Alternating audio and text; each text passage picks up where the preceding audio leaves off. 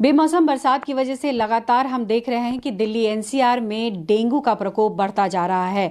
दिल्ली में लगातार केसेस भी बढ़ रहे हैं और ऐसे में ये समझना बेहद जरूरी है कि किस तरीके का लक्षण होता है, क्या टेस्ट होने चाहिए ताकि तुरंत ही उपचार मिल सके। इस वक्त मेरे साथ डॉक्टर समीर भाटी, आइए सीधे उनसे बात करते हैं। सर, मैं ये समझना चाहूंगी क्योंकि जो स्थिति दिखाई पड़ रही है एनसीआर में, तो प्लेटलेट्स की कमी की भी खबर आने लगी है। दिल्ली में भी हॉस्पिटल्स में बेड नहीं मिल रहे हैं, डेंगू के केसेस लगातार बढ़ रहे हैं।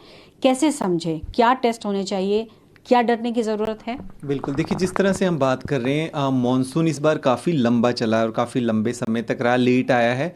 मानसून के बाद हमारी वायरल वेक्टर डिजीज़ वैसे भी हमेशा हर साल होती है, पर इस बार ज़्यादा देखने को मिली है। हम वायरल वेक्टर डिजीज़ की बात करें जिसके अंदर कि आपका मलेरिया हो गया, डेंगू हो गया, चिकनगुनिया हो गया, पर डेंगू के केसेस थोड़े ज़्यादा है कंपेरेटिवली लास्ट ईयर से अगर हम कंपेयर करें। डेंगू में अब देखने वाली बात है कि जिस तरह से हम कोविड में भी देख रहे थे, डेंगू के अंदर भी स्ट्रेन होते हैं 4 तरह के, D1, D2, D3 and D4।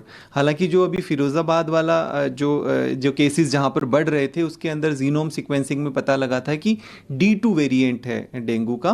तो जो D2 वेरिएंट है उसमें माना जाता है कि वो थोड़ा ज़्यादा फेटल होता है। आपने सुना होगा कि डेंगू हीमोरेजिक फीवर जिसके अंदर इंटरनल ब्लीडिंग वगैरह होती है, या डेंगू शॉक सिंड्रोम वगैरह, तो वो ज़्यादातर D2 स्ट्रेन की वजह से होता है। हालांकि उस तरह की फैटेलिटीज़ नहीं देखी जा रही है।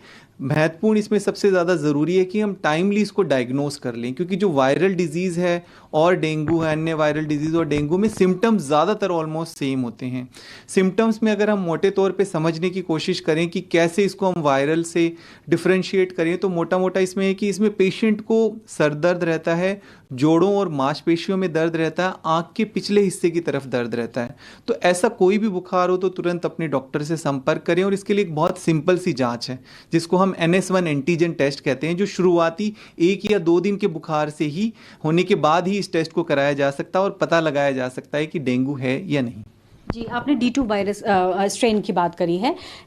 हमें ये समझने की ज़रूरत इस वक्त है जैसे कि D1, D2, D3, D4 fatality सबसे ज़्यादा किस में है, और अगर D1 है तो घबराने की ज़रूरत है या नहीं है, और क्या तुरंत संपर्क करें डॉक्टर को या फिर घर पे रहकर भी इलाज करना संभव है? क्या पैनिक करने की ज़रूरत नहीं है? हाँ, देखिए पेशेंट्स को या किसी को ये स्ट्रेन के लिए जानने की कोई आवश्यकता नहीं है, और स्ट्रेन हम वैसे भी टेस्ट करते हैं, उसमें स्ट्रेन का पता नहीं लगता। स्ट्रेन के लिए स्पेशलाइज्ड लैब होती है जिसमें जीनोम सीक्वेंसिंग की जाती है, तो वो एक अलग बात है। फिलहाल ये है कि लक्षणों को जल्दी से पहचानना सबसे ज़्यादा ज़रूरी है कि हमें जिस भी तरह का कोई भी बुखार हो, तो अभी जिस तरह से अभी डेंगू ज़्यादा चल रहा है, तो इसलिए डॉक्टर से संपर्क करना और तुरंत अपना टेस्ट करा के, और उसके बाद इसके अंदर सबसे ज़्यादा ज़रूरी है कि कोई भी किसी भी तरह का सेल्फ मेडिकेशन ना करें। कि ज़्यादातर देखा गया है कि लोग अपने आप से पेन किलर और ये सब खाते हैं, वो हमें बिल्कुल भी नहीं खानी है।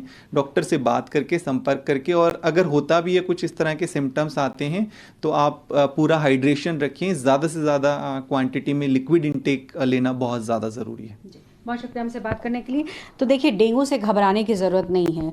बेशक कई तरह के स्ट्रेन हैं, लेकिन ज़रूरी है कि आप अपने आसपास साफ सफाई रखें, और अगर इस तरीके के सिम्टम आपको दिखाई पड़ते हैं तो तुरंत डॉक्टरी सलाह लें। कैमरा पर्सन जहांगीर के साथ पल्लवी झा, दिल्ली न्यूज़ 24। नमस्कार, मैं हूं मानक गुप्ता।